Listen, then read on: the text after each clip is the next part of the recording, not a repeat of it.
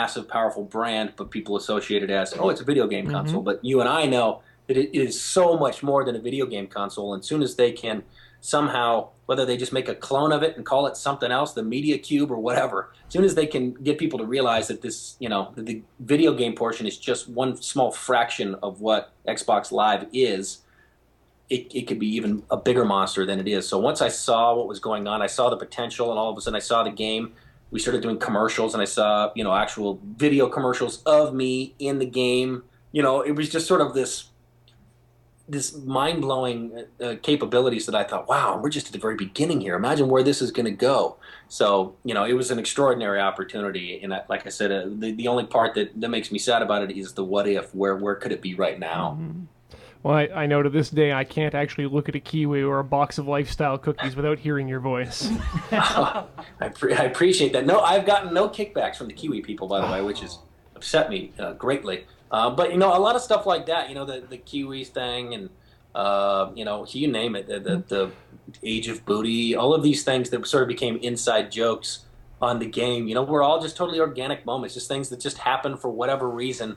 That's what was sitting there. So I grabbed a Kiwi and, made a joke, and then it became this thing. So it really was sort of this cool network and this cool family. And like I said, I kept meeting people that would say I didn't want to like it or whatever. And then my girlfriend wanted to, so I would do it just because she wanted to play. Or even kids who would say this was like the one thing my parents would let me play on a school night, because it was learning, but it was also a fun game. And then they would get into it, and they said it became their thing. So I really honestly, and it sounds corny, but I really felt like I was living this double life, like where I got to walk around. I had this weird sense of, I'd walk around, even in the neighborhood I live in now. There's a guy just up the street who has a big Xbox Live neon sign in his living room, and I could see it when I would drive by him. And I always thought, he's obviously a fan. He's obviously an Xbox Live subscriber. I thought I should just knock on his door one day and just see what happened. I never did that, but I'd see stuff like that, or I'd think, I got to sort of be anonymous, but at the same time, there I was on this game on the dashboard, one of, a few select things, and certainly the first of its kind in our world. Yes. And we got in the Guinness Book of World Records for getting 100,000 people all playing at once. We got to do these cool media events, things that are almost now in and out of my brain because we were so chasing our tail to get this thing going. And then they'd say, hey, we're going to do a media thing. Can you come in tomorrow? Can you do a media thing? And I would stand here like this, like you guys, and I'd be looking at this camera, and they'd say, you're talking to San Francisco. It's a convention, so I would sit there talking about it. And at the same time, we're figuring it out and what it means, what it entails. But it was so cool to be a part of like I said, there's zero negative memories and or no grudges or anything. I just feel bad about what it could have become if we kept going. I can only imagine. I think there's no question that if something like there still is a market for this somewhere, and if we were to happen again, we'd certainly like to have you back on. Have we got any questions actually from the Yes, we do have some questions now. Well, that's too bad because I'm out of time. Hold on. Oh, good. Yeah, I'm also doing this while driving a bus. Actually, are you, before we go on here, are you aware of what we're actually doing here with the system? I am. Well, I've been eavesdropping like a lot of people on what you guys are doing. It's pretty awesome, quite frankly.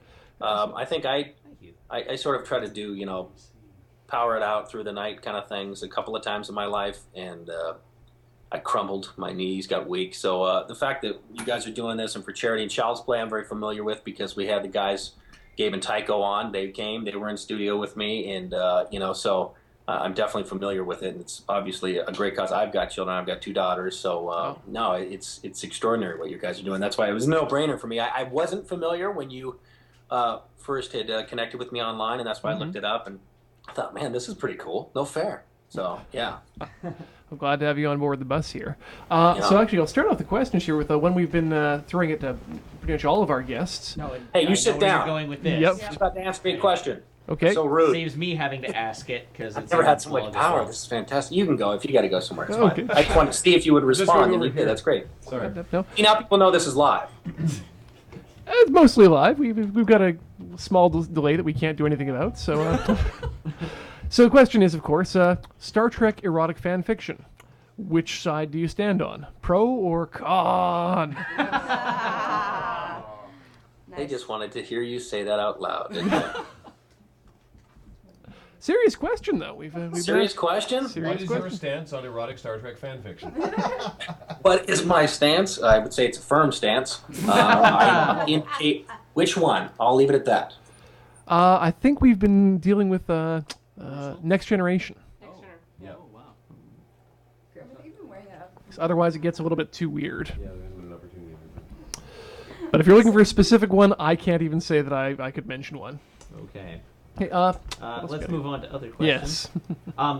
Just before I start on the questions, there's one other thing we're asking all our guests for, and that is a random trivial fact, a piece of true knowledge that you can share with us. You don't have to have it on hand right now, but be thinking of one so that by the Oh end of the call, we man, can I get just one had from something you. the other day that I cherry picked, and I thought that's so weird that I'm going to file that away. And at some point, I'm going to bring that up and blow people's minds. I've got to dig that out. That came in the last 24 hours, so I got to try to remember why you guys are gagging. Okay, cool. In the meantime, do you have any tips for somebody trying to get into voice acting? Oh boy, it sounds silly, but I would say, it's corny, but like an athlete, I would just say practice, practice, practice. For whatever reason, was always wired that way when I was a kid. I still do the same thing I did when I was 10, driving around. I'd hear a commercial on the radio, and I would imagine how I would say it. I'd get done hearing the guy sell a car, and then I would sit and do it to myself, and I'd do the same dumb thing where I'd talk into my hand, and I'd kind of cup it around to my ear so that I can kind of hear myself in my own ear. And I would do either imitations of exactly what they would do to see if I could get as close as they sounded, or I would do it my own style. And I just kept doing it. And then I got a job at a radio station, just doing whatever. I knew I wanted to be on the air and all that, but I thought, get in line, just do your thing, get in line. And I had studied it in college and in school and learned the basics of it, but I knew, I needed to get in somewhere and start doing it rather than just talking and reading about it. So I got in the door at a radio station just saying, look, I'll do whatever. And they said, hey, you can help out in promotions and set up a tent at concerts. And I did. But eventually somebody gets sick and they get no pension. They say, Cashman, get over here. Can you fill in? And I still remember my first night on the air. I was on a radio station in Seattle. I was so pumped to get the phone call, but it's so nervous because I realized I was very underprepared. I barely knew how to run the board. And I thought, geez, but it was overnight. So I thought, okay, there's probably going to be less people listening. None of my friends certainly are going to hear me screw up. So this will be okay. And I went in, the guy kind of gave me the basics, and I was sort of too nervous to admit I didn't really know what I was doing. So I kind of was, no, I get it. Yeah, everything's right there. And then, sure. And then when he left, I remember going, dude, you should have asked some more questions. You don't really know what you're doing. And he left. I faked my way through it. It sounded weird to me all night. There was kind of a weird echo, but I just thought, this is just me not knowing what I'm doing. It's fine. The morning show guy showed up, and the producer came walking in, and he said, hey, man, hey, nice to meet you. Hey, good to have you aboard. Hey, quick question. I was listening to you on the way in. Why does it sound so weird? And my heart just skipped a beat, and I went, oh, no. It wasn't just my headphones. What have I done? And I said, what do you mean? He said, well, here, on the next song, just show me what you're doing. I was, okay, and I came on and did my, hey, it's Chris Cashman. Here's Bare Naked Ladies. Turned it off, and I said, cool. And he was like, well, yeah, small problem. And he grabbed the microphone in front of me and shoved it out of the way and then grabbed the microphone over here and pulled it in. He was like, you've been talking into the wrong mic all night. So there was two microphones, and I was doing this one, and it was this one that was, for a guest. Wow. So all night, I really was doing this thing. All night I was introducing songs like this, and it was like an 8-hour shift. Oh. So, but the point being is it scared me straight to say, okay, study this stuff, pay attention.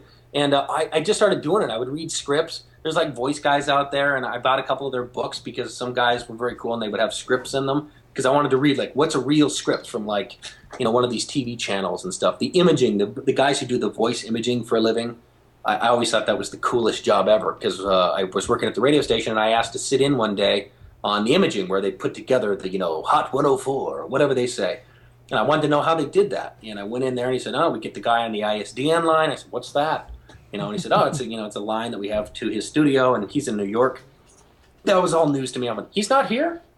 He's in New York. They dial him up, and I loved it because I really got this goosebumpy moment because I thought, I'm just not. Sadly, I'm not. I wasn't born sounding like this, so I thought I can't do it. I just got a normal voice. But then I hear the guy come on the line, and it literally was this. You can just hear him. He's rustling paper, and he's like, "Hey, man, got the script here. where do you want to start, man? He had this big, thick East Coast accent and, sniffling and wrestling paper around. And I thought, this can't be the guy. Like, is this the guy setting up the microphone for the guy? And then he says, why don't you just start off with the birthday party? He's like, all right, man. Here we go. It's Kent and Ellen's birthday. And he just turned it on. And I just literally got goosebumps. And the hair stood up on my neck. And I went, he's a faker. Wait a minute. They're all fakers. Nobody I sounds can like do that all this. the time. So, I mean, it literally was that moment that I needed to see is, okay, so a lot of these guys don't sound like that. That's just a voice they put on. They're voice acting for the most part. And that was sort of my beginning. That was about 2000 for me. And then from 2000 until, I don't know, 2006, 7, it's like that's all I was doing is thinking about it and voicing stuff. And, I'd listen back a year later and go, oh, that was awful. And then, you just would get better. You just keep practicing and figuring out what kind of voices you can do, what kind of voices you can't do. And just like any, sport or, playing an instrument, it was just practice, just doing and making demos. And the beauty of it now is with the internet, with podcasts, there's so many more ways for you to get your work actually heard than there used to be. I mean, you could fight the battle of that now it's so much easier for guys to get work because, the internet, they can do it from wherever they are. I do voice stuff here from home in my man cave, which is not to be confused for my garage here. But because I can, I just, I have a microphone, I plug it into the laptop, I do my thing.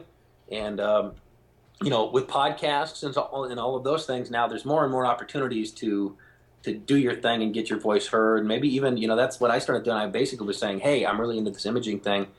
Let me make you an open, so there's some podcasts out there that I produce. They're open. I'm the voice guy on it and all of that. So, the very long answer is just practice and just do it and start laying down your voice and recording it and playing it back. All right. Make it happen. What's the weirdest fan meeting moment you've had?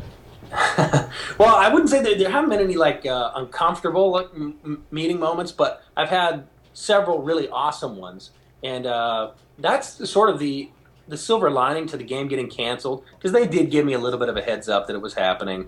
Not a bunch, but I mean, before it technically hit the web that it was going away, they let me know. So I was able to react, and that's why I put a video on YouTube of me reacting. But the beauty of it going away is that we got so much. I've never seen, because the internet can be negative and mean and icky, but we got so much love for the game, and that I've never seen anything like it. I couldn't believe how much press we got for it going away, and the people were bummed out, both professionally and just people typing in. And I would see 148 comments, and which I never do, but I would actually look just to see, what do people want to say? And it was 99.9% bummed out, people just saying really nice things, and it was like enough of a pat on the back to where I was okay with it. I went, well, at least I know that it wasn't because it stunk and nobody liked it, nobody played. It's just one of those things where somebody made a decision and this and that. I loved the fact that I felt like we were sort of going out while people still wanted it. You know what I mean? I always wondered what it would be like if I met somebody that didn't connect the dots and then did and said, hey, wait, you're on that game. So I had a couple of moments to where I think before it was ever canceled, I was doing a job in San Diego, California. I was doing a convention, and it was totally unrelated. I was just talent for hire. And I was just a guy who was going there and going to kind of talk and entertain people. And they had one of the guys standing at the airport with the sign, Chris Cashman, which is the first time that's ever happened in my life. But it was funny because I see the guy, and I kind of go walking over. I'm like, oh, okay. And this girl cuts me off, and she goes, are you Chris Cashman? What's that? She goes, you're Chris Cashman. I go, yeah. She goes, I saw the guy with the sign, and I had to stand here and wait and see if it was you. I'm a huge fan of 1 versus 100. And it was just sort of the first moment where it happened, and there I was, not in my hometown, not in my neighborhood. I was just thinking, wow, this is crazy. And it was this really nice girl from New York, and she was there in San Diego because her husband is in the military, and that's where he was stationed. And she says, he and I play whenever he's home. We play it together. He's not going to believe that I met you. This is so crazy. Would you call him? It was one of those, can I get him on the phone? Could you call him? Could you leave a voicemail for him? And it was sort of the first time that it happened, and it was so cool. And then a couple of times since then where I was in New York, I do some work now for MSN. I host a TV entrepreneurial show for MSN called News on Main. It's it's basically folks who wanted to start their own business and how they did it and how they're making it work. So it's stuff that folks like us can relate to who don't want